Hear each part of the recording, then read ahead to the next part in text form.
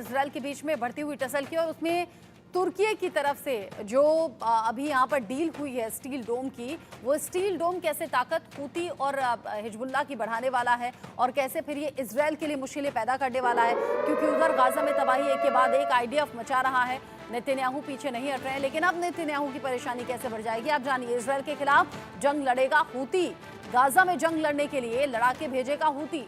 Houthi ने mobilisation का ऐलान कर दिया है। यमन की सड़कों पर सैकड़ों लोग निकलकर सामने आ गए हैं, जो विद्रोह भी कर रहे हैं, विरोध में सामने भी आ रहे हैं। यानी बेंजामिन नेतन्याहू जो अभी तक ये कह रहे थे कि युद्ध नहीं रुकेगा, नहीं थमेगा, अब सोचने पर मजबूर हो जाएंगे। हूती के जो विद्रोही हैं वो अब सीधे तौर पर गाजा में टक्कर लेते हुए नजर आएंगे। आईडीएफ से मुकाबला होगा और स्टील डोम के साथ जब ताकत और ज्यादा बढ़ जाएगी तो यहाँ सोचने वाली बात बेंजामिन नेतन्याहू के लिए है। ऐसे में जो जानकारी है, तुर्की की तरफ निगाहें अलग अलग देशों की हैं। ईरानी प्रॉक्सी को स्टील डोम मिलने की संभावना जताई जा रही है। हूती और हिजबुल्लाह की जो हिफाजत है उसमें तैनाती स्टील डोम की संभव अब दिखाई दे रही है।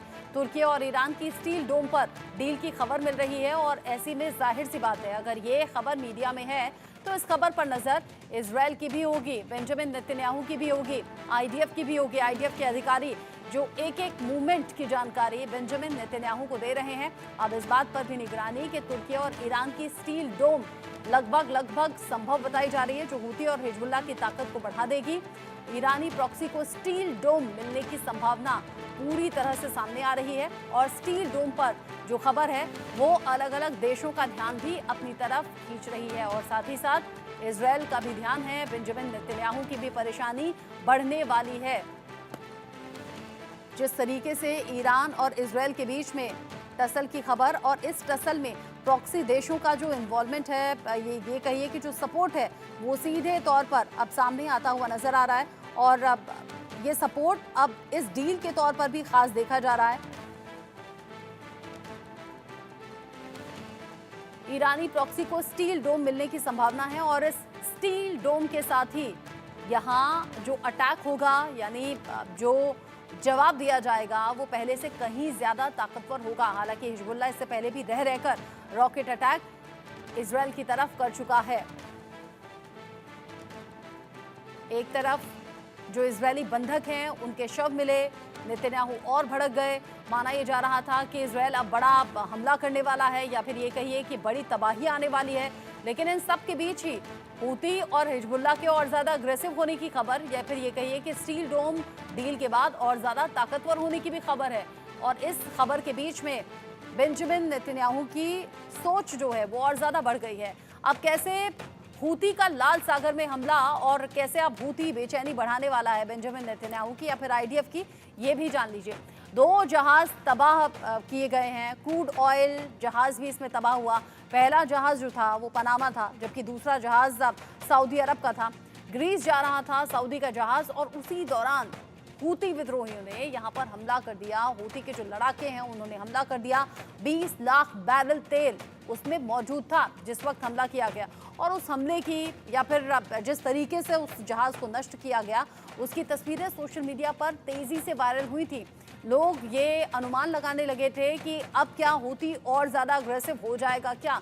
ऐसे में अब जानकारी है कि स्टील डोम होने की खबर है और ये डील लगभग संभव बताई जा रही है कि हो गई है। और स्टील डोम मिलने के बाद में कैसे हूती और हिजबुल्लाह अब भारी पड़ने वाले हैं आईडीएफ पर, या फिर गाजा में सीधे तौर पर अगर हूती एंट्री लेता है तो फिर ये बड़ी सोच वाली बात है। संजीव श्रीवास्तव जी इस पर जुड़ गए हैं मेरे साथ में, विदेश मामलों के जानकार हैं। Major general retired AK Siwach sir मेरे साथ में, डिफेंस एक्सपर्ट के तौर पर। आप दोनों का ही बहुत स्वागत। मेजर जनरल AK सिवाच, ये जो स्थिति अभी बनी हुई है, जाहिर सी बात है कि ईरान प्रॉक्सी देशों का सहारा ले भी रहा है, उनसे लगातार बात कर भी रहा है, लेकिन ये जो तुर्की के साथ डील की खबर है या फिर हूती के गाजा में उतरने की खबर है, आईडीएफ को सोचना होगा अब नेतन्याहू को क्या कदम पीछे खींचने होंगे। देखो, सच्चाई ये है कि जो ईरान है वो डायरेक्ट इजराइल के साथ मुठभेड़ नहीं करेगा और वो अपने प्रॉक्सी के थ्रू कराएगा, इसमें कोई शक नहीं। अभी हमास के साथ तो लड़ाई चली हुई है, गाजा पट्टी में हिजबुल्लाह और हौती रिबल भी काफी सक्रिय हैं। अब ये सच्चाई है कि अब नए ड्रोन जो मिल गए हैं इनको टर्की से, कोई खास फर्क नहीं पड़ेगा, क्योंकि पहले भी वो ड्रोन का हमला रेड सी पे कर रहा है। स्पेशली आपका जो हिजबुल्ला जो है वो लेबनान से कर रहा है, और हौती रेबल जो यमन से, और जो शिप हैं उन पे बहुत ज्यादा इम्पैक्ट हो रहा है कमर्शियल शिपिंग पे, क्योंकि कमर्शियल शिप जो रेड सी से मेडिटेरियन जाती थी, एक शॉर्टेस्ट टूर था एशिया से यूरोप, आज वो पूरे के पूरे अफ्रीकन कॉन्टिनेंट को घूम के आना पड़ता है। 15 से 20 दिन ज्यादा लगते हैं, और 25% उसकी जो है रेट बढ़ गए। तो ये सच्चाई है, ये बड़ा इम्पैक्ट है। मगर ये सोचना कि हौती रेबल डायरेक्ट अटैक कर सकते हैं इजराइल पे, उस वो मुश्किल है, क्योंकि 2000 किलोमीटर करीब इनका आपस में डिस्टेंस है। मगर जो हिजबुल्ला है वो बहुत खतरनाक है, क्योंकि हिजबुल्ला की जो मिलिट्री काबिलियत है वो 7 से 8 गुना है हमास से ज्यादा। उसके पास 1.5 लाख के करीब रॉकेट और मिसाइल हैं, 2 लाख के करीब उसकी जो फाइटिंग स्ट्रेंथ है, उसके पास आर्मर्ड ब्रिगेड है, और वो जो है कहीं ना कहीं लैंड से भी अटैक कर सकता है इजराइल पे। तो ये सच्चाई है कि अभी यही आशंका है कि हो सकता है अगर ये हमास के साथ बातचीत में कोई नतीजा नहीं निकलता है, सीज फायर नहीं होता है, तो हिजबुल्ला जो है वो बहुत ज्यादा सक्रिय होगा, और हौती रेबल रेड सी में होंगे, और जो इसके मिलिशिया हैं स्पेशली ईरान और इराक में और सीरिया में, वो भी मुझे लगता है बहुत ज्यादा एक प्रकार एक्टिव हो जाएंगे। वो भी अमेरिकन और इजराइल की जो भी सेंटर्स हैं उन पे हमला करेगा। तो ओवरऑल ये सच्चाई है कि अब ये लड़ाई बढ़ेगी, और इस लड़ाई का दायरा भी बढ़ने की चांसेस हैं। मगर ईरान डायरेक्टली इस लड़ाई में शायद नहीं आएगा। उसके 3 रीजन हैं, क्योंकि ईरान को मालूम है अगर वो डायरेक्ट इन्वॉल्व होता है तो फिर उसकी इकोनॉमी डिगमगा चुकी है और बहुत ज्यादा नुकसान होगा, क्योंकि 2 एयरक्राफ्ट कैरियर ग्रुप उन्होंने अमेरिका ने रेड सी में लगा दिए हैं, यूएसएस रोजवेल्ट और यूएसएस ईस्टर्न। तो उससे ये मुकाबला नहीं कर पाएगा ईरान, अमेरिका और इजराइल के माइट से। तो मुझे लगता नहीं कि वो ऐसी गलती करेगा। वो हिजबुल्ला, हमास और हौती रिबल के थ्रू ही वो एक प्रकार इजराइल को नाउन करने की कोशिश करेगा। दूसरा, जो अभी प्रेसिडेंट आए हैं जस्टियान, वो भी चाहते हैं कि किसी तरीके से हम अच्छे रिलेशन यूरोप से भी करें, अमेरिका से भी करें। उसका इशारा जो है अभी अगर आप देखें अयातुल्ला अल खमानी ने भी दिया है। वो कहता है कि हम न्यूक्लियर डील के लिए अमेरिका से बातचीत करना चाहते हैं। तो ये सच्चाई है कि आप बदलता हुआ रूप है, पूरा टर्निंग इफेक्ट हुआ है। कि क्या अब ये लड़ाई का दायरा बढ़ सकता है, ईरान इसमें इन्वॉल्व हो सकता है? चांसेस कम है। ईरान डायरेक्टली इन्वॉल्व नहीं होगा, क्योंकि उसकी इकोनॉमी पे बहुत एडवर्स इंपैक्ट पड़ेगा, जो अभी भी अच्छा नहीं करी। हिजबुल्ला, हौती रेबल और हमास जो है वो तीनों मिलके इजराइल की तरफ हमला कर सकते हैं, इसमें कोई शक नहीं। और अगर इजराइल के लिए खतरा लगातार बढ़ रहा है तो उसे सोचने वाली बात है कि क्या आगे की स्ट्रेटेजी होनी चाहिए, क्या हम इस युद्ध की स्थिति में कदम पीछे खींचना ही समझदारी होगा। इन सबके पीछे एक और अपडेट है। इजराइल के खिलाफ हमास का बड़ा बयान भी सामने आया है। नुसीरत हादसे के बाद हमास की ये पहली बड़ी धमकी है, और ये बड़ी धमकी इजराइल के खिलाफ सीधे तौर पर सामने आई है। ये कहा है कि बंधकों के पास पहुंचने की कोशिश भारी पड़ेगी, क्योंकि लगातार आईडीएफ के जरिए ये कोशिश हुई है। इजराइल की सेना को हैंडल करना आता है हमें, ये सीधे तौर पर कह दिया गया है हमास की तरफ से। और ये कहा है कि बंधकों को हैंडल करने के लिए दिशा निर्देश भी जारी किए गए हैं। बंधकों वाली सुरंग तक पहुंचने की कीमत चुकानी होगी। हमें याद है कि अभी जिस तरीके से हमास की सुरंग से 6 इजरायली बंधकों के शव मिले थे, उसके बाद ये हमास की बड़ी धमकी है जो सामने आई है।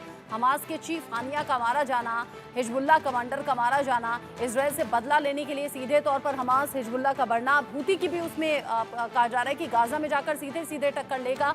ऐसे में अब हमास ने दे दी है बड़ी धमकी कि अगर आगे बढ़ेंगे तो कीमत चुकानी होगी। अब हमास और इजराइल के युद्ध में अब तक हुआ क्या है, कैसे हुआ है, ये जान लीजिए। 40,000 से ज्यादा फिलिस्तीनी मारे गए हैं, और 40,000 से ऊपर ही ये संख्या लगातार जारी है। 5,000 से ज्यादा लोग इसमें जख्मी हुए हैं। 1200 इजरायली की हमास ने हत्या कर दी है अब तक। 250 लोगों को बंधक बनाया गया है, जिसमें से कई लोगों की मौत हो गई है। 101 लोग अभी भी गाजा में बंधक हैं, जिन्हें छुड़ाने की कोशिश लगातार नेतन्याहू और उनकी सेना यानी कि आईडीएफ के जरिए हो रही है।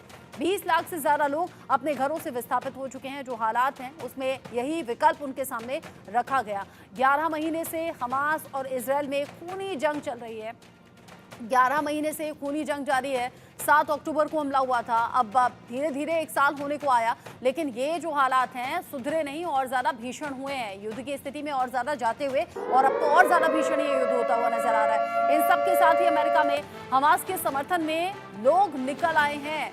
आप समझिए कि अमेरिका जो लगातार इजरायल का सपोर्ट कर रहा है, अमेरिका में ही हमास के समर्थन में लोग सड़कों पर निकल आए। न्यूयॉर्क की सड़कों पर बड़े पैमाने पर ये प्रदर्शन हो रहे हैं। पुलिस ने प्रदर्शनकारियों पर बल प्रयोग भी किया, उन्हें सड़क से हटाने के लिए कोशिशें भी की। जो टकराव की स्थिति है वो बढ़ती हुई नजर आ रही है और जो हालात हैं वो बिगड़ते हुए नजर आ रहे हैं। संजीव श्रीवास्तव जी, एक तरफ तो हूती गाजा में जाएगा, सीधे टक्कर लेगा, उधर हमास सीधे धमकी दे रहा है कि अगर हम तक पहुंचने की, सुरंगों तक पहुंचने की कोशिश की तो कीमत चुकानी होगी। कीमत हमने देख लिया, हमास की सुरंग से कैसे एक साथ 6 इजरायली बंधकों के शव पाए गए, उनकी पहचान भी हुई, जिसमें एक तो अमेरिकी बंधक भी था। अब अमेरिका की ही सड़कों पर अगर हमास के समर्थन में प्रदर्शन हो रहे हैं तो मतलब क्या है इसका?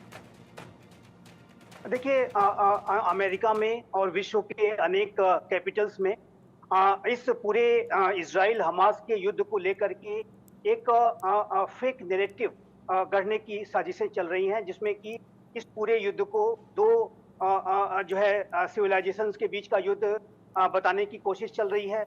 यहूदी और मुस्लिम्स के बीच का युद्ध, इजराइल और पैलेस्टाइन के बीच का युद्ध बताने की कोशिश चल रही है। लेकिन वास्तविकता ये है, सच्चाई ये है कि ये युद्ध इजराइल जो लड़ रहा है वो आतंकवाद के विरुद्ध लड़ रहा है, और हमास जो है वो फिलिस्तीन नहीं है। हाँ, यदि फिलिस्तीन का कोई रिप्रेजेंटेशन करता है तो फिलिस्तीनियन अथॉरिटी करती है, जो कि वेस्ट बैंक पे अपना शासन करती है।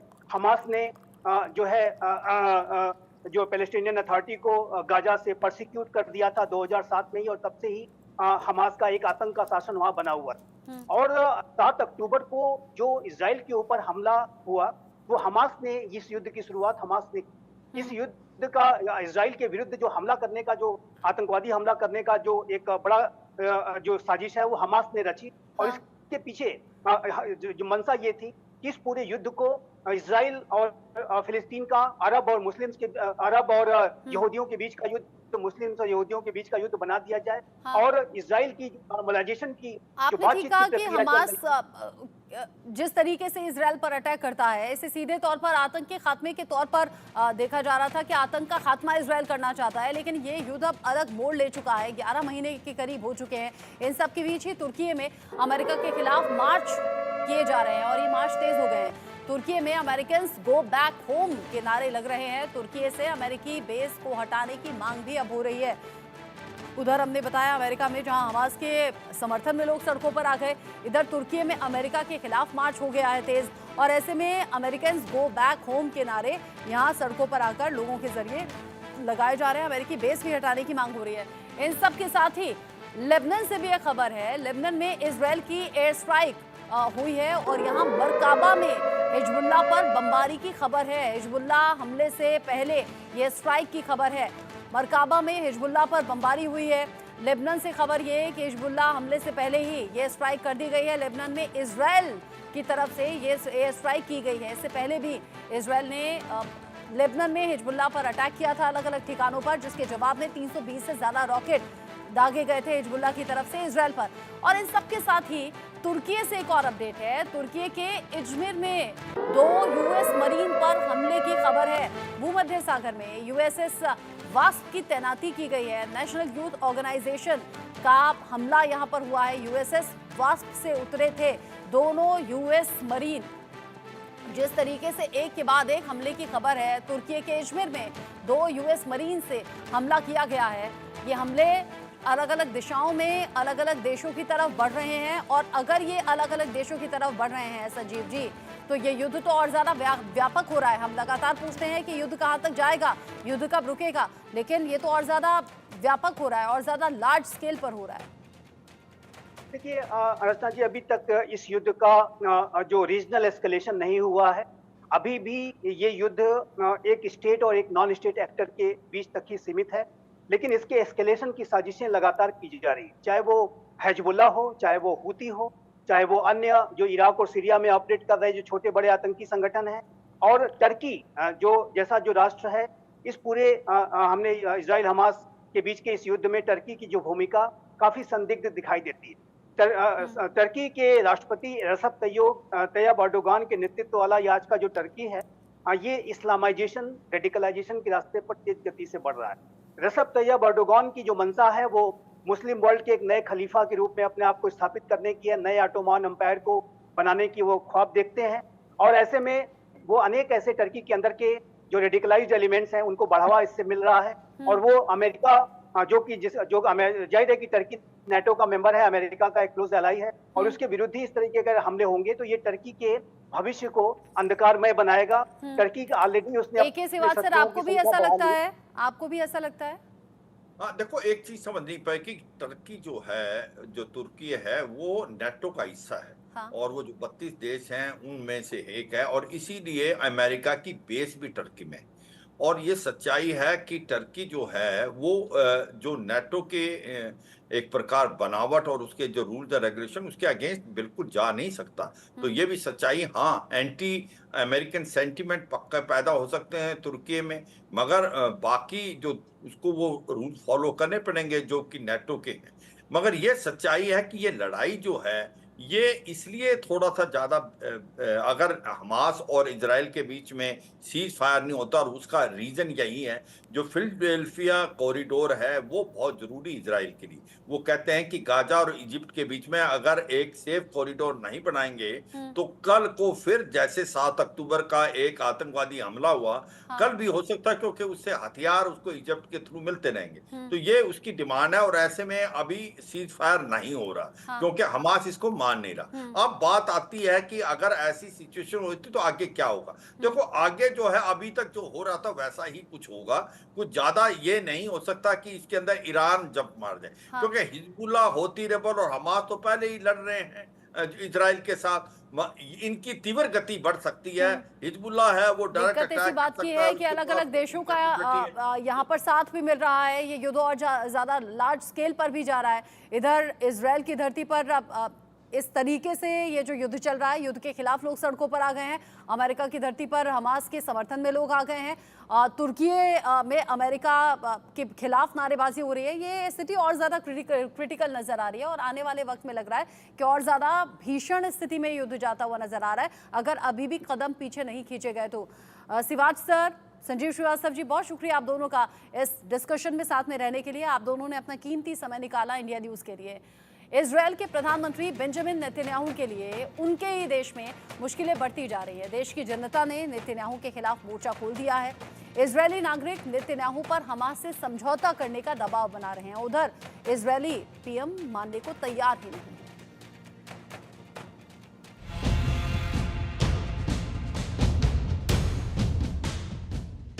इजराइल हमास की जंग में हजारों लोगों की मौत के बाद अब भी जारी है। हर गुजरते वक्त के साथ जंग में अपनी जान गंवाने वालों की तादाद बढ़ती ही जा रही है। लेकिन युद्ध है कि थमता ही नहीं है। इजरायली रक्षा बलों को गाजा पट्टी के रफा इलाके से 6 बंधकों के शव बरामद हुए। इसके बाद से इजराइल में पीएम बेंजामिन नेतन्याहू और उनकी सरकार के खिलाफ विरोध प्रदर्शनों का सिलसिला तेज हो गया है। आरोप है कि बंधकों की रिहाई के लिए नेतन्याहू कोई गंभीर कदम नहीं उठा रहे हैं।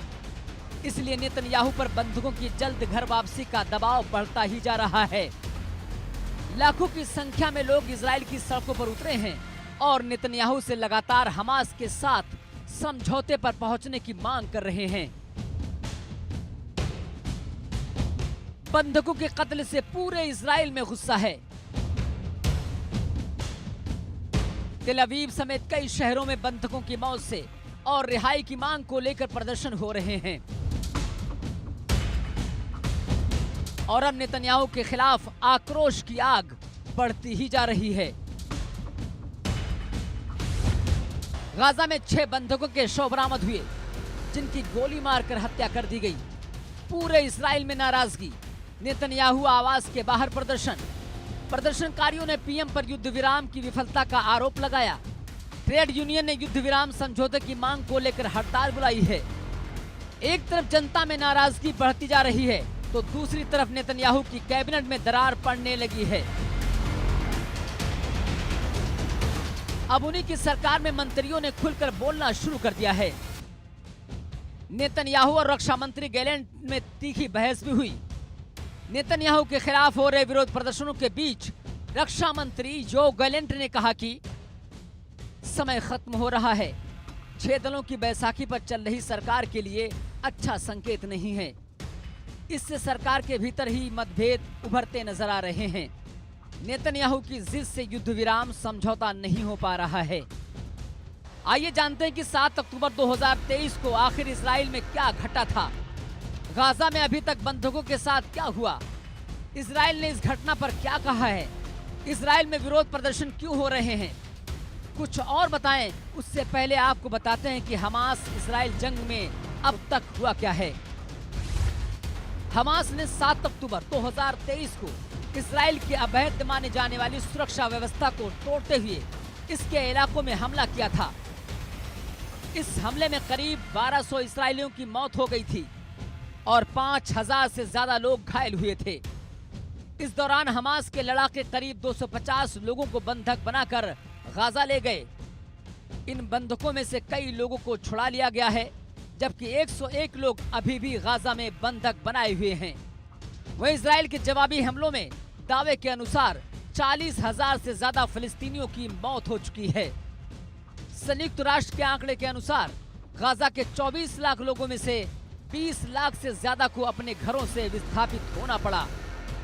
उनमें आधे बच्चे भी शामिल हैं। हमास और इजराइल के बीच बीते करीब 11 महीने से खूनी जंग जारी है। हमास के हमले के बाद नेतन्याहू ने हमास को जड़ से मिटाने की कसम खाई। इसके लिए इजरायली सेना ने गाजा पर हवाई और जमीनी हमले से गाजा की तस्वीर बदलकर खंडहर में तब्दील कर दी। हालांकि कई देशों की कोशिशों से दोनों पक्षों में युद्ध विराम को लेकर बात भी हुई है, लेकिन अभी तक अंतिम फैसला नहीं हो सका है। क्या है युद्ध विराम का प्रस्तावित समझौता? 6 बंधकों की मौत से ऐसे समय में की गई है जब अमेरिका 31 मई के समझौते को अंतिम रूप देने की कोशिश कर रहा है। इस समझौते के तहत 1833 के फार्मूले से बंधकों को 6 सप्ताह में रिहा किया जाना था। इसके बदले में युद्ध में शांति और इजराइल द्वारा फलस्तीनी कैदियों और आतंकवादियों को रिहा किया जाना था। अमेरिका समझौते के मुख्य मध्यस्थ कतर और मिस्र के साथ मिलकर फिलाडेल्फिया कॉरिडोर के मुद्दे को सुलझाने में नाकाम रहा। हमास इस बात पर जोर दे रहा है कि इजरायली सेना को समझौते के पहले चरण में इस बफर जोन से हट जाना चाहिए। हालांकि इस शर्त पर इजराइल फिलहाल तैयार नहीं है।